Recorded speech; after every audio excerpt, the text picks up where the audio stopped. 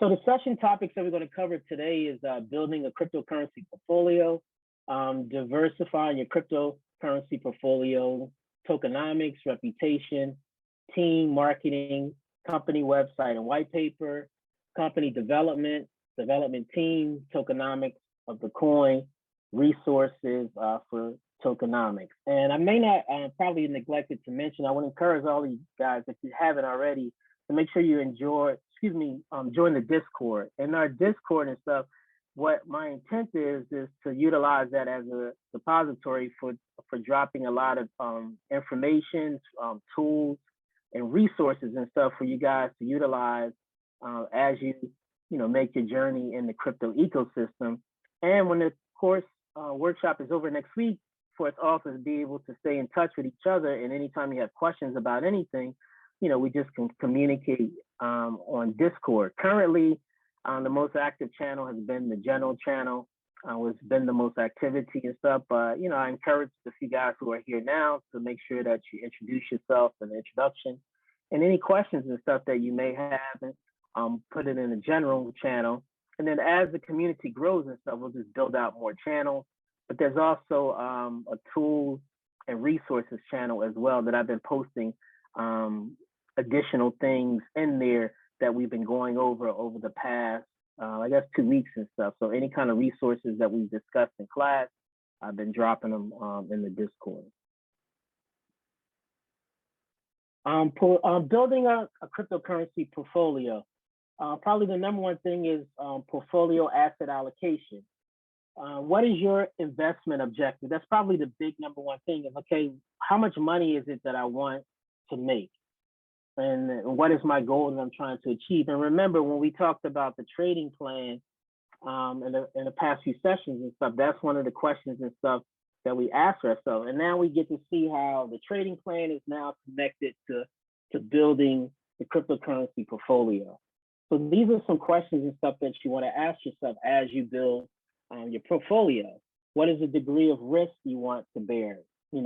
When we talk about cryptocurrency, as we know, like everything is just incredibly risky, but some things are more riskier than others. Whereas you have your altcoins have the highest risk, and then you move up to Ethereum and Bitcoin are probably less volatile to compare to the altcoins. Of course, but when you look at them compared to obviously traditional assets like stocks and bonds, Bitcoin and Ethereum is also extremely volatile and risky, but it's a lot less compared to some of the altcoin projects.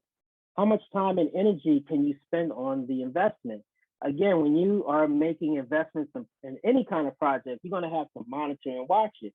And the more risk a project is, the more time that you may have to allocate to managing that particular project.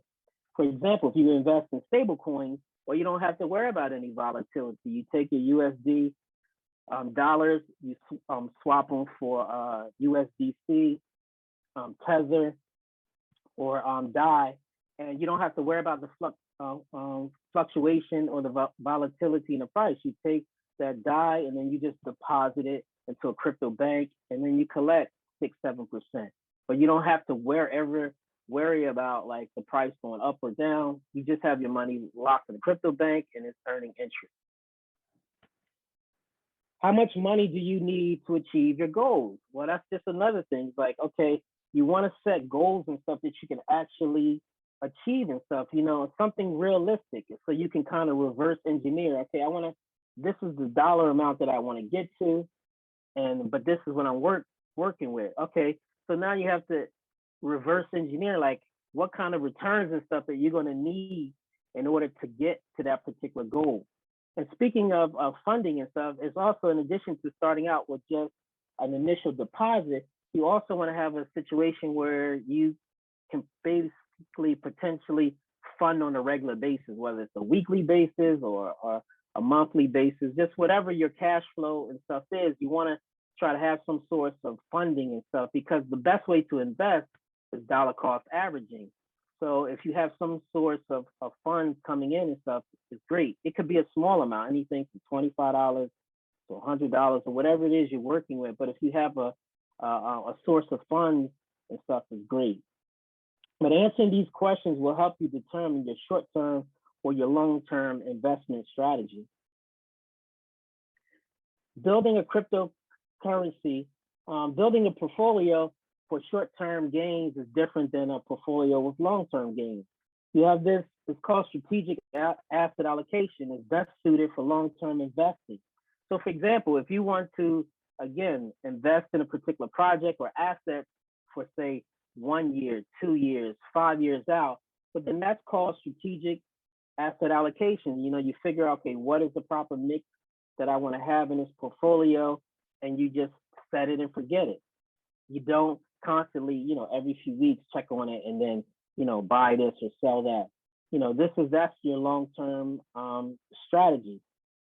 And it's purely internal and does not account for macroeconomic factors. So things that are going on in the market on a regular basis, news is coming out. When you're a long-term investor and stuff, you don't get frazzled and upset or think that you need to continuously churn your account or your portfolio when you're a long-term investor. Tactical asset allocation. This is short-term investing. This is similar to literally to like running and operating a business. When you're continuously trading on a daily basis and stuff, you need to run and operate it like a business. Why? Because you have expenses. And some of the biggest expenses that you have is going, if you guys couldn't mute yourself, please, some background noise there. But this is, you know, something that, you know, as traders and stuff that we deal with on a daily basis and stuff is managing our costs. For one and stuff, one of the major costs that you have is entering and exiting trades. And those, you know, fees can be anywhere from 0.5% to as little as 0.25%.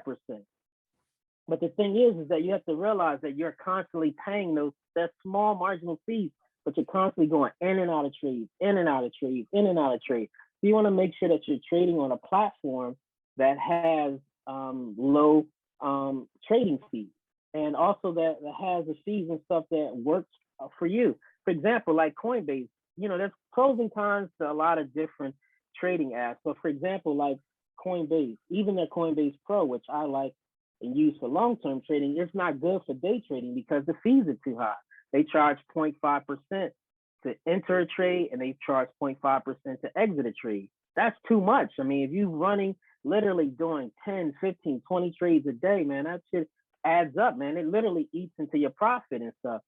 So Coinbase Pro, even though it's good, they have some good features and stuff, but it's good for long-term trading and not for short-term trading. So tactical asset allocation. So you can build a portfolio for tactical, but you know, you're going to be constantly buying and selling things. It's literally like running a business when you are short-term trading and day trading.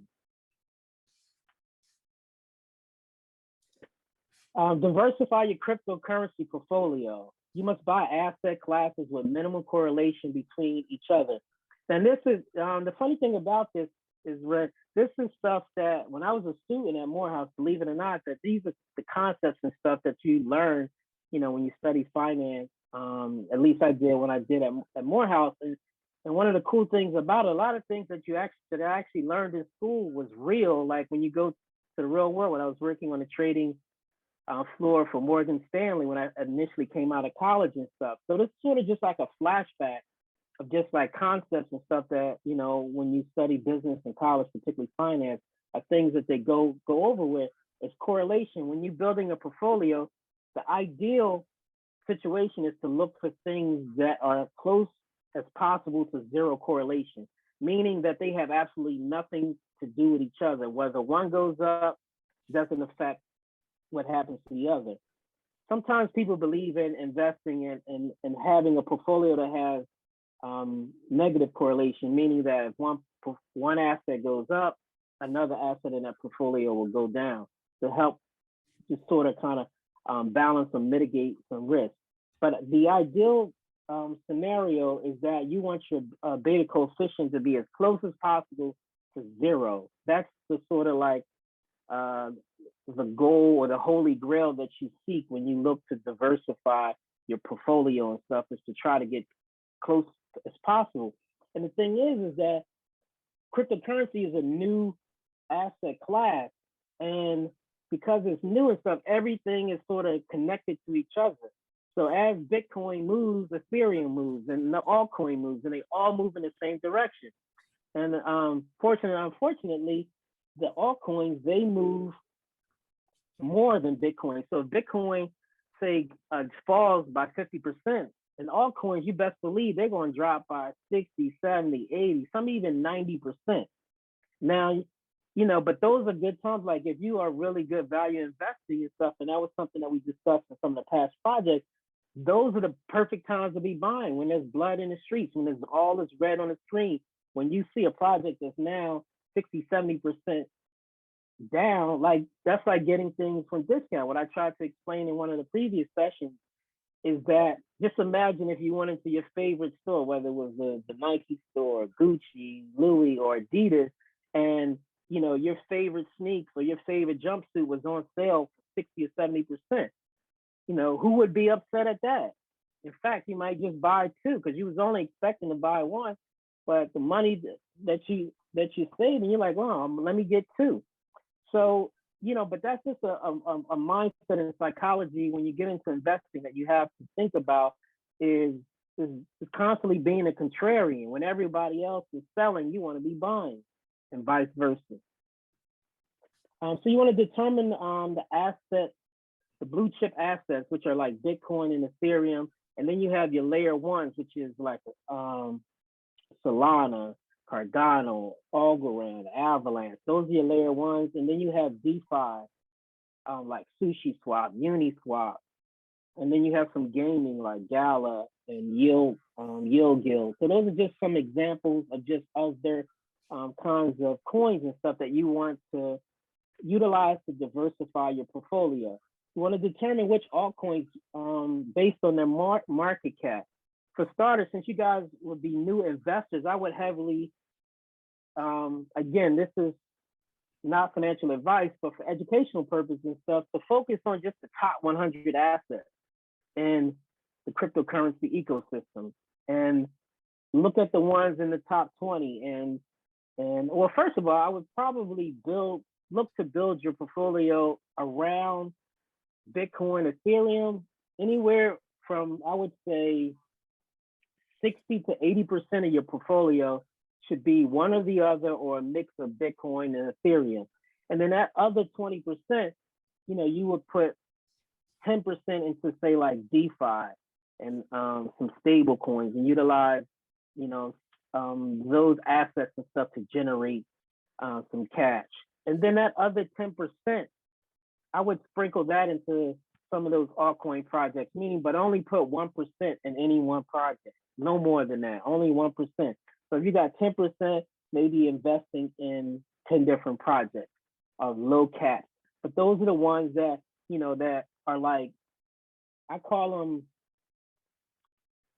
them glorified lottery tickets. Why? Because you put, those are the projects that's going to do the 50X. It's going to do the 20X. But, it's a hit or miss, So you want to have some money in there. And then if, crypto is one of the great things about crypto is that it's asymmetric, meaning that you could put there's a small amount of risk considering what the outcome of return will be. I mean, if you can put $10 on something, you have the potential to, 14X that. Sort of, for example, and not to digress, but for example, like Dogecoin, which is obviously a meme coin, and I'll usually talk about a lot when I talk about investing, is that January last year, January 2021, Dogecoin was at 5 cents. And then we go, the year progresses, all the hype, Wall Street bets, everybody knows the story behind all that.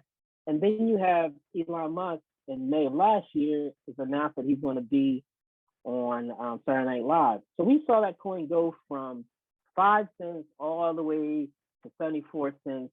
The Saturday, that afternoon, the day Saturday Night Live came in, it reached as high as 74 cents. So just think in 5 months, you could have potentially, if you would have caught it on a high or somewhere close, you could have potentially 14 extra money. If you would have put up, say, $1,000 on Dogecoin at when it was at 5 cents in January, 5 months later, that's $14,000. I mean, which is incredibly insane.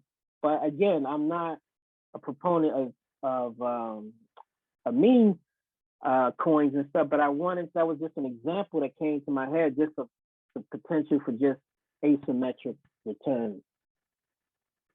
But once you get determine which coins and stuff that you want to invest in, and then you determine the weighted percentage, and that was something that I just mentioned and stuff about foundation and stuff. First, you want to establish a foundation, and for beginner traders and stuff, again, you want to put for educational purposes, I would say between 60 and 80% of your portfolio, you want it some kind of mix or one or the other, Bitcoin and Ethereum. And that's why you should just focus on just buying. And then once you get to that particular level of comfort, and then you take that step 2 and start investing in then that second layer of risk assets like your layer 1.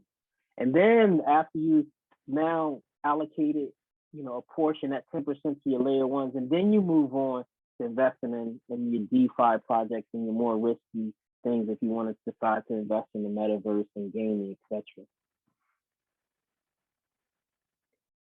So any questions? I'm sure I may have said a lot there. Hopefully, I was pretty clear and explanatory, but, I'd love to answer any questions if you guys have any questions now. I don't see any questions currently in the chat. So anyone who has a question, just feel free to unmute yourself. We're going to give Malik a chance to adjust his screen because we're seeing a trading view screen. Oh, okay. Okay. So while he does that, Lorenzo, you feel free to unmute yourself and ask your question. I see your hand raised.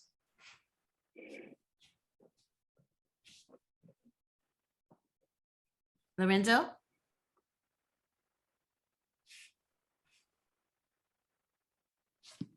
Sorry about that. I have some visitors. That's okay. No problem. I saw your hand raised. Go ahead. What was my question? Oh, I wanted to ask you about DeFi. What specific protocols or stable coins do you think would be the most beneficial? Right now, I just put some money in USDC on Coinbase because I saw that kind of had some interest. And I'm always just wondering, like, because there's it's overwhelming because there's so many different options. But I was just wondering what your thoughts are on that. Sure. Well, for one, DeFi, decentralized finance and stuff, you want it to be on a DEX and one of the decentralized exchanges and stuff. What that does is give you the ability, one, to do trades at minimal cost. But the objective of being in DeFi is for yield, for a couple things. It gives you the ability to do yield farming, to do participate in liquidity pools, and also being involved in money markets. It's literally like you can go in there and like be your own bank, like create your own bank. You could do collateralized swaps. You can yield farm, which is basically you provide your assets to a liquidity pool, and you literally can go in on a daily basis or every other day or once a week and literally collect your money. And you get paid in trading fees. You split it with that particular protocol. And in addition to that, they give you rewards like incentives to lock your money, to stake your money there. You get incentives. So they may have a native token that you get from them. And I usually just swap it, sell it for Ethereum or sell it for another token that's more valuable. And then I send it directly to a crypto bank and just, park it there. And then for example, another great things about DeFi is that collateralized swaps and stuff that you can do over there. And for example, like when the market, say for a couple of weeks, actually I'm trying to do you guys see the question screen? Okay, good. I was couple monitors here, and sometimes I get confused of what's being actually shared. Not that I have anything to hide, but nevertheless. Oh, so DeFi. So we're talking about DeFi. So one of the great things that I love about DeFi, and that's something that, you know, is like a whole nother class itself, and maybe down the road, you know, if there's interest or something like that, maybe we can have a chat about that, is that you literally have the ability to create your own bank. And one of the examples I want to give is like, we've had some flash crashes over the past couple weeks or even months, go back as far as Black Friday after Thanksgiving, when the market dropped tremendously. And, you know, again, by 10, 15, 20%. And when you in DeFi and stuff, what you could do is do collateralized swaps. And what that is that you basically, you take your crypto, you deposit it into the bank, and then the bank allows you to borrow up to 50, 60, 70% of your money.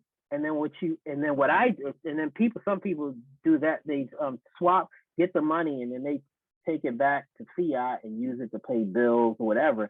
But what I do is, when I see opportunities, when the market swings low like that, I use my collateral, deposit it into the bank, borrow against it, then go back to the market and buy more Ethereum. And then and what I borrow, I put it back into the bank. So now I even have additional collateral, and it's just a rinse and repeat. And they give, because of the concept and stuff of collateralized swaps, sometimes it's hard for just the general public to get their hands around it, or even people just so concerned about putting their money on a digital platform. So they give incentives. So long story short, they give you money to borrow money. So the money that I have deposited in the bank, I'm making interest off my deposit, and I'm borrowing money from them, and they're giving me money, meaning they're paying me interest to borrow money. So net, I'm like borrowing money for like 1%.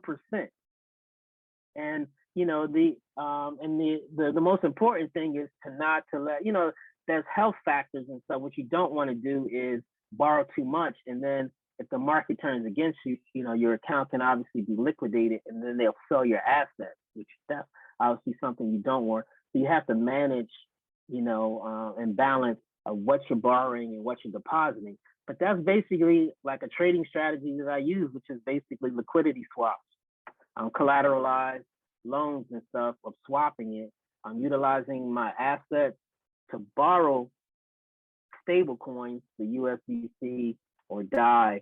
So to borrow that and then utilize those DAIs and go back to the exchange and buy more Ethereum. And then once I get the Ethereum, and then I deposit it back into the bank.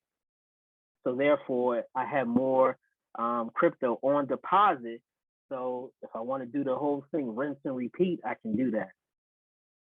But you had mentioned about USDC. So that's a stable coin. And if you're buying it on Coinbase, they don't have any incentives for you to earn any interest, as far as I know. So in order for you to earn interest, you say you have USDC.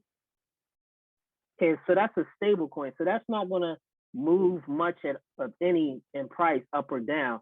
So what you want to do is you want to park that or put that somewhere so you can earn some interest on there, even if it's just, you know, 4%, 5%, or 6%, which is obviously more money that you would have made had it been at TD Bank or Citibank or any traditional legacy bank and stuff. So you want to park it somewhere so you would earn interest on that stable coin.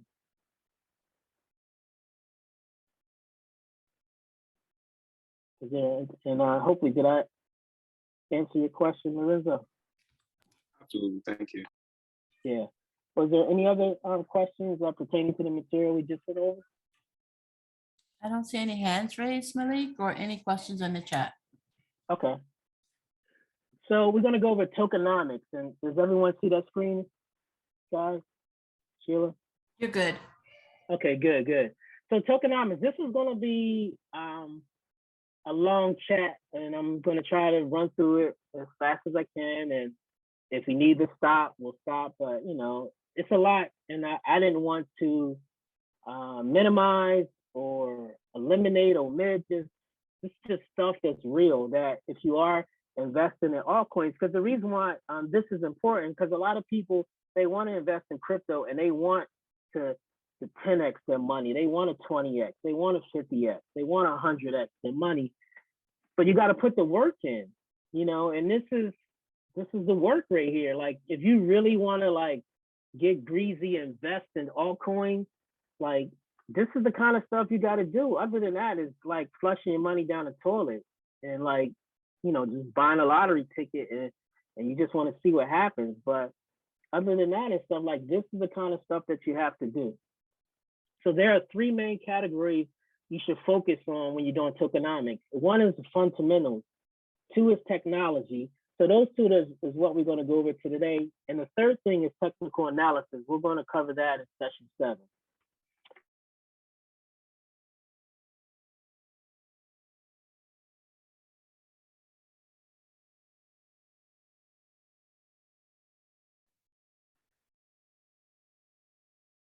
Hello, did I lose you guys? No, we're still here. We just don't see Oh. your shared screen. Oh, okay. All right, so let me, Okay. this came up that I had lost connection.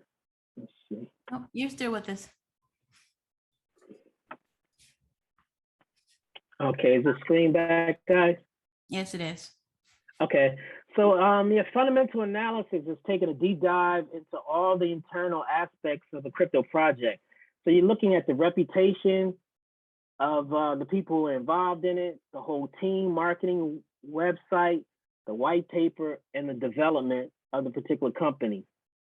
The technology aspect of it is doing just a preliminary SWOT analysis. This is just looking at the strengths, the weakness, the opportunities, and the threats of that particular project. And that's just sort of like a preliminary overview regarding the technology. Is just looking at the strengths, the weaknesses, what opportunities does this project have, and what are the threats?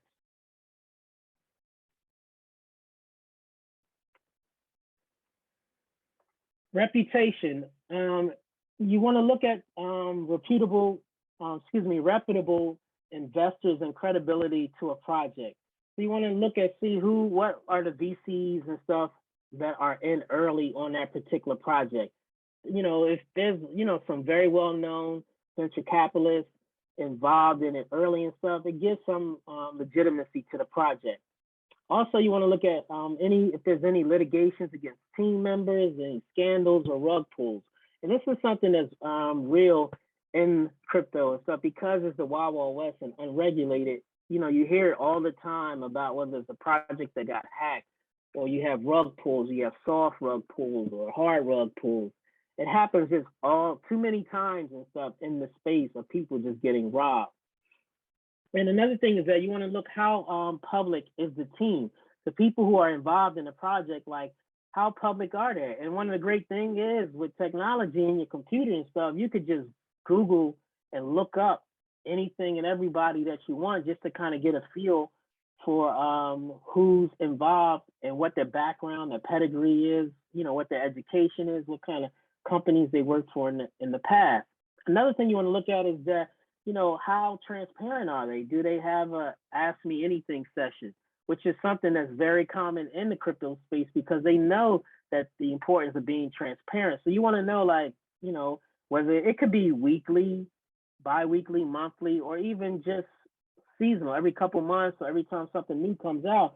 Like there should be a spokesperson for that particular project, and whether they're going live on Twitter or Facebook or Discord, just somewhere that they're, do some Ask Me Anything session. The team, what is the number of team members and how active are they on GitHub? This is incredibly important. Why? Because these projects, that when they come to market, man, they're usually, even a small cap project may be 10, 20, 30, 40, 50 million. That's considered a super small cap project. And if it's a project that just has 2-3 guys as the developers and stuff, that's something that should be alarming to you, that, a project of that magnitude only has a handful of people that are actually involved in it. Why? Because what happens is something happens to just cut one of the guys. I mean, or two of the guys, like half the developers are gone, and the project is just dismantled. Also, you want to look at the number of software engineers and finance people that are involved in the project, because and those are your core people. Like, how many of the software engineering and finance people are actually involved in the project? Because these projects, that's really all they are, is software engineering, developing code and protocols, and the finance, the money side of how these digital assets are going to work. So you want to look to see what kind of folks that they have involved in the background of those particular projects. And then you want to see the number of all-stars that they have. And an all-stars is somebody who worked for, a publicly traded company, or top 25 blockchain, somebody, some senior mid-level or senior folks who have worked for large projects in the past and who are now on this startup. You want to know, like, how many people who were probably successful in doing something that was pretty on a positive path already, that now jumping into this obviously risky new project. The All-Stars usually have backgrounds in software engineering, consulting, or investment banking, something I just mentioned. You want to gauge the success of a project. You want to look at the number, the number of All-Stars. And again, you can just look at the about on their website, who's involved in the project, and go to their LinkedIn, or you could just kind of just Google search and stuff on some of the mid management and senior folks who are really going to make that project move. Marketing, the number of community members represents a project's popularity. Always compare it to and evaluate it versus the other crypto communities found on Telegram, Twitter, Discord, and Reddit. Get links from the company's websites. Always, get links, because that website is sort of like the store or the face on the internet to that particular project. So whenever you want to get the official Discord or the official Reddit or the official Twitter, always look to get it from the website. That way you don't get duped into following something that wasn't real. And you want to also just kind of understand like that backbones and what goes on behind that particular company's the website. How much customer awareness do they really have? How much are they using for advertising and promoting the particular project is also very important, because what really drives cryptocurrency projects is the early adopters. How many people are in their community? How many people are looking to adopt that particular project? We talked about company, the website, and the white paper. The company website should serve as a primary source of information, details, like it's a roadmap to the team members, and the privacy policy should all be readily available. Like, they should just be totally transparent, because just think, these companies are asking for millions, if not $1 billion. So you want them to be incredibly transparent. And then usually any and all your questions that you have should be found, if not on the website, in the white paper. It will outline all the details of the project, how it works, and the influence. And it should also just have a very strong influence on your investment decision. The company development, you want to look at just like, how old is this company? Is this company simply 2 or 3 guys that got together and say, you know what, let's do something amazing, and 6 weeks later they're putting out a cryptocurrency? Is that what this project is? Or you want to look and see, the years in business before it did a token issuance. How long were they in business for? The date when a company is founded and the date when it launches. A cryptocurrency tells us how long a company has been in business before asking for money from investors. Because just think, when they're doing these token launches and these ICOs and stuff, initial coin offers, what they initially are is asking for money. Well, if you're asking for money because of this business project, well, how long have you been in business? Like, what have you been doing before you started asking for money? So some companies launch a few months later with no products. You know, that's real. That happens all the time, and it's a great way just to catch scams and guys who are just doing money grabs. That projects, again, that's all it is. It's just a project that some guys were working on, and you know they created a white paper, which basically was a cut and paste job that they took from other websites or other projects and put it out there, you know, to basically scam people. The development team, teams operating for a long time before ICO usually perform better than those that don't. The availability of competent developers and leaders. You want to, again, just really do a thorough investigation on all the major people who are involved in those particular projects. Investors trust a team with the well-known members in the industry. Cryptocurrency industry is not that big when it comes to just developers and people who are pioneering projects. They usually come from other projects. For example, like Cardano, the guy who started Cardano came from Ethereum, working on Ethereum projects. The layer one Polkadot, same thing. That guy used to work with Ethereum and Consensus. So I say that because a lot of times these guys have basically spin off and go ahead and start their own projects, but they started somewhere else. So the community is very small. Security is also critical function of a blockchain because it's used to transfer money on those particular networks and stuff that they have. So, and this is a decentralized ledger system operating on a blockchain. So it could, it could be hacked, and you could easily lose your money, and then there's really no recourse. I mean, sometimes you hear about some of the founders giving money back, or maybe a white hat hacker, tracks down, or he actually hacks, the project for $50 million, and he's just asking, give me 3 million, I'll give you the other 47 back. So you have situations like that. So because of that, when you are investing in these altcoins and stuff, you want to know when, who, and how many times has this project been audited. And again, these are things that they should spell out in their white paper, and also it should be maybe on their network. When you can get, if it's a Ethereum ERC20 token, when you go on the Ethereum scan, it should show all that of who audited the company, the protocol and stuff, to check all the code and stuff to make sure that it's hack proof. Tokenomics of the coin. This is other things that are extremely important, is that when you actually look at the actual coin, and I mean, aside from the business side, but the actual coin, so what is the circulating supply? Is it fully diluted? How easy is it to manipulate the price? Long story short is that you don't want to invest, like after you do your research and you see that, okay, the coin, they issue,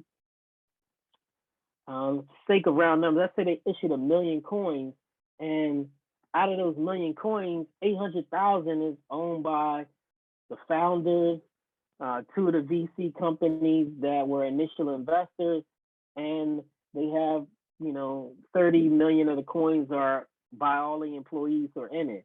Well, that could be a clear example of a pump and dump. Why? Because a small amount of people own a substantial amount of the coins and stuff, and as soon as they do the ICO and they have everybody bring the project to the market and stuff, and you can easily see the project get pumped up, and you see it as the price goes up on an elevator. I'm sorry, goes up on an escalator and then quickly falls down like an elevator and stuff. So it's very important always to know, like, just the kind of the details behind the coin. How much are they using for just all different parts? We talked about staking. If this is a new DeFi project, well, what percentage are they going to be using for staking? The amount of money and stuff that coins that they're giving to the VCs or some of the employees, is there a lockup? Meaning that they can't sell those coins. Is it going to be for 3 months or 6 months or a year? You want to be aware of that, because you want to be on the lookout for potential dumps on those particular times and those coins when the code allows those coins to be sold, on particular dates. Hey, Malik. Yes. There's a comment in the chat from Harry. He's asking, have you heard of SafeMoon? that coin introduced me to tokenomics. Yes, I have heard of Safe Moon before. You know, it's something that I'm not invested in, but I have heard of that.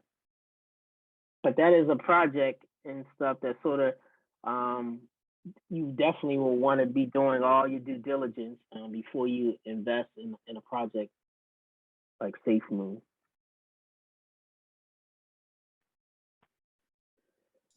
Monetary policy. Now, you may think that this is only relevant to sort of like countries, you know, sovereign nations and the United States, but there's also, you know, tokens and coins and stuff is also just a currency and stuff. So you want to know what are the inflation terms and stuff.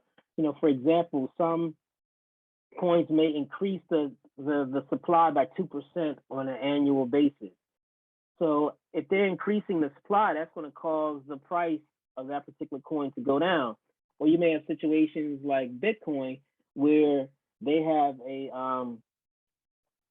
limited supply of 21 million Bitcoins, and every 4 years there's a halving for the miners, that the percentage that the miners get is reduced by half. So the max that will ever be mined and produced will be 21 million. So those are just kind of examples and stuff of how the actual supplies are controlled.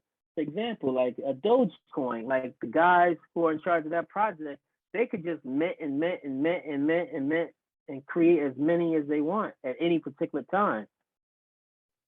And if they do that, you know, just as simple supply and demand. If you keep printing enough coins, it's going to cause, you know, the value of the coin to actually go down.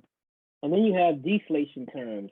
This is a token burn or destruction of a percentage of the circulating supply.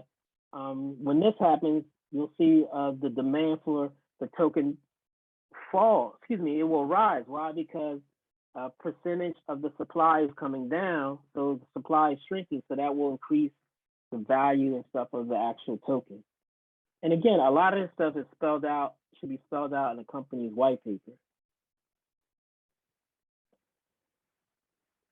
And again, we talked about some of this, you know, in all different aspects, because there are always different phases and stuff as these projects, they come to market. They have different seed rounds and private rounds and all these different phases where they're distributing tokens and stuff. So, but all that stuff should be laid out in their white paper and stuff. So you could just kind of get an idea like who owns these tokens, so you don't be a victim of a pump and dump. Like this is what you have to do, is to really understand who owns what percentage of the token.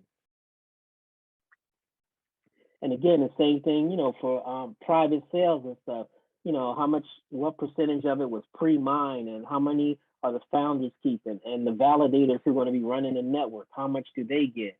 How much they're going to allocate towards the auction sale. So all this stuff is, you know, needed to know before you, you know, invest in some of these altcoins, especially the smaller cap ones. And again, as you can see, you know, this is a lot of work to do. You know, what is the unlock schedule and stuff? We talked about that. So you could have a situation where certain people like VCs or employees or some of the founders of the particular projects, they could have a certain percentage ownership, but then there's a lockup, meaning that the code won't allow them to sell the coins until a certain specific future date. And that way, it gives you a comfort level, if it's say a year out or 2 years out, that you can now see if they're going to be actually meeting some of the goals that they said over the next 3 months. They're going to roll out this, and then in 6 months they're going to roll out that. Well, you can kind of see if they're reaching their milestones, and if they're not, then now you got, you know, legitimate reason why you should sell it and not continue to invest in that particular project. And then one of the last things is understanding the utility of the token. Like, what's the use case? Sometimes people, they come out with these projects and they may have this brilliant idea of how it's going to solve, you know, a real world situation, but what are the actual use cases? You know, is it going to be used, you know, used for payment? You know, the ability to maybe purchase goods and services. What are the transaction fees? You know, is it something that's reasonable, or is that a deterrent because the transaction fees are too high, so people may not be interested in utilizing it? Are there incentives for people to use it? Is there discounts or cashbacks? You know, what percentages, again, we talked about the validators, some of the guys and stuff that are going to actually be running the network. How much is, you know, they're going to be actually getting for working and keeping the network going? How much is going to them, just, you know, running the nodes and the stakers and stuff, people who are actually staking their money on the particular protocol and stuff, you know, what percentage is going to be going to them?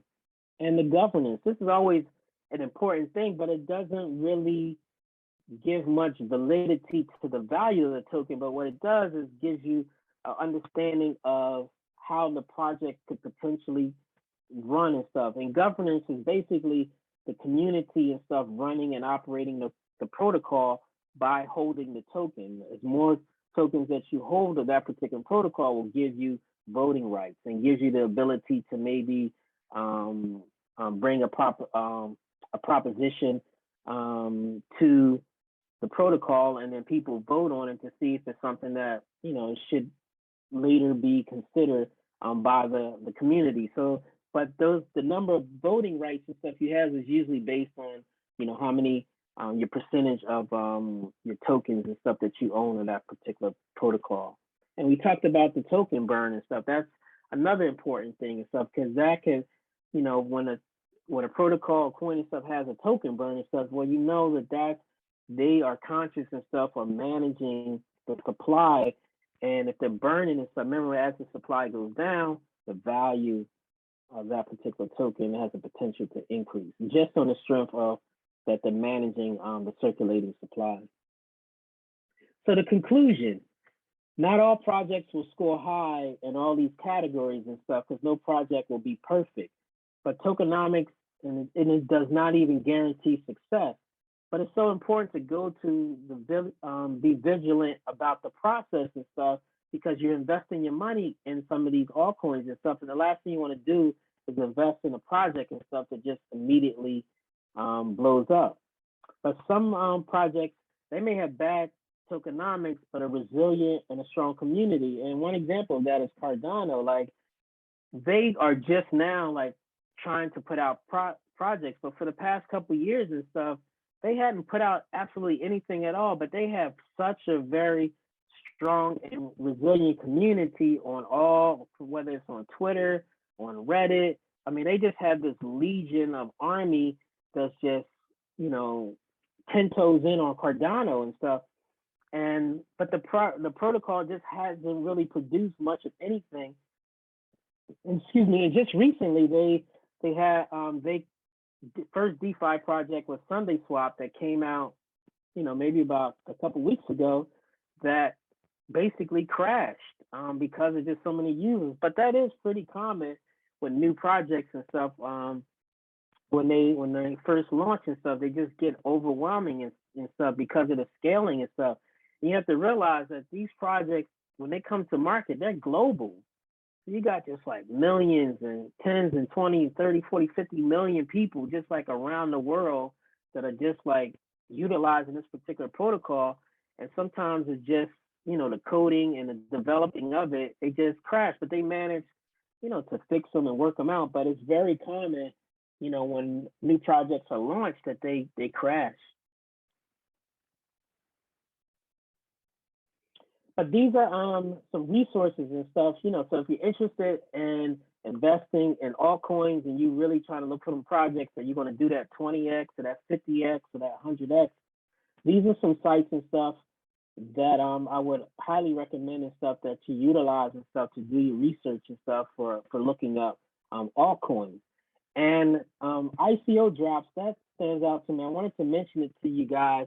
This is a good site to utilize if you want to get in on projects and like with no money at all. Like, there's no reason why folks should not be learning about cryptocurrency and even have cryptocurrency in your wallet, because you could have cryptocurrency with little to no money.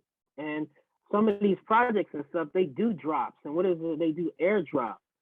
And this particular website is basically a website. And there's also another one. I have to remember. Let me make a note to put that into the Discord. A couple websites and stuff that I want folks to go to, because this is a great opportunity to learn about cryptocurrency. You don't even have to like invest or spend any money and stuff. That, for example, you have some protocols that will, as long as you do certain things, they'll give you like free coins. If you follow them on Twitter, if you like them on this particular platform, if you write a comment about them, blah, blah, blah, they'll send you X amount of coins, do an airdrop in your wallet on a particular date. So that's just one example and stuff. But the point I want to make is that in regards to just kind of educating and learning about this particular ecosystem and stuff, like not having the money or not enough money to invest in it, or you kind of just like on the sideline, don't want to lose any money, should be no reason not to just learn about the industry and stuff, because there's just so many opportunities that could potentially exist and stuff in regards to making career changes or looking for new career paths. And when you know, or you can talk about the industry, or you have a wallet and you've done transactions, remember everything is transparent and stuff. Like if you ever was in like a job interview, or you were talking with some folks that was potentially hiring at a fair, you could talk about how, you invested in a cryptocurrency, and you have your wallet, you have this kind of wallet, I have a MetaMask wallet, oh yeah, I have a Treasure wallet, and blah, blah, blah, blah, blah. Oh yeah, I've gotten airdrops from such and such, and this and that, and I got these free coins from here and there. So there's opportunities to like literally engage yourself in cryptocurrency without even spending any money at all. And your niche could just be focusing on getting free airdrops, and you could do your due diligence and follow the things that they ask you to do and get free coins. And then, when the time comes and stuff, whether it's a few weeks, few months, or down the road, when you do run into a piece of change, okay, now you're equipped with the knowledge and experience of cryptocurrency, and you're much more comfortable making decisions on what things that you want to invest in, because you just spent the last 3 months or 6 months learning about something specific, and you've gotten these particular airdrops. And because you got airdrops, now you're probably checking the market. Why? Because you got some free coins in your e-wallet, and you're waiting for them to 10x or 20x, and some coins that you got for free like 2 months ago, and you're waiting for them to now do an ICO and waiting for them to come to market. And who knows, maybe them coins that they gave you when they come to market, I remember Uniswap had did an airdrop, and that was about 2 years ago. And next thing you know, the coins that they airdropped and stuff was worth a couple $1,000 in people's wallets. And even when they had airdropped them and stuff, was at that particular moment in time was like, a couple $100. Of people who had done certain things, that had purchased a few coins and was tweeting about them and doing this and doing that. And 1, 2 years later, those coins that they had gotten and stuff was worth a couple $1,000. So long story short, there's no reason why no one should be looking to learn about cryptocurrency. So another thing is industry standings and stuff. You want to look at and be able to compare, the coins and stuff that you're interested in investing in. Well, how does it stand up to a coin that's similar, has similar protocol as the one that you're looking to invest in? And I'm looking at, how many exchanges is it listed on? That's always a big thing and stuff. Like when you want to invest in these altcoins and stuff, you gotta go offshore and do transactions on like KuCoin or Binance. Some of the other one is OK Exchange and stuff. By the time, just so you guys know, by the time that coin, most coins, by the time they get listed on Coinbase, like those days of 20x and 50x or 100x is not going to happen, because Coinbase now, obviously, they're a publicly traded company, so they have done a thorough vetting on any coins that's going to come on there, because they don't want to be a part of any kind of pump and dumps or scams or anything like that. So believe you me, by the time that those coins will come to trade on Coinbase, that yeah, you're going to make some money on there, but remember what I said earlier in this session and stuff is that, those coins and stuff that are going to 10x, 20x, and 50x, those are small cap coins and stuff that are going to be traded offshore. By the time they get to Coinbase Pro, they're usually pretty mature. They've already been on 2 or 3 exchanges. They may have an initial pump as soon as they come onto the exchange and stuff, but you're gonna have to hold it for a while, and then maybe at a 2x, 3x over a longer period of time. But you're not going to get that quick bag grab. And remember also what I said about Coinbase and stuff is that the transaction, what they charge to do transactions to get into a trade and out of trade is too expensive to day trade on. So, I want folks to kind of understand that you shouldn't even be looking to try to do any day trading when you're first a beginner trader. You should look to try to build a long-term portfolio. And you can do that on Coinbase. You start slow and you build a portfolio. Remember the foundation, whether it's going to be a mix of Bitcoin, Ethereum, or one or the other. You focus on just buying, buying, buying, buying. And then once that gets to a certain goal and stuff, and then you move to that next level of investing just a little bit more riskier assets into your layer ones and stuff. So that's what Coinbase, I believe, is good for and stuff. It's not good for day trading cryptocurrency. And besides, it just doesn't even have all the tools on there that you need to thoroughly trade day trading and stuff. They don't even exist on even on Coinbase Pro. Like, it doesn't even exist to properly day trade cryptocurrency. So I think that's pretty much it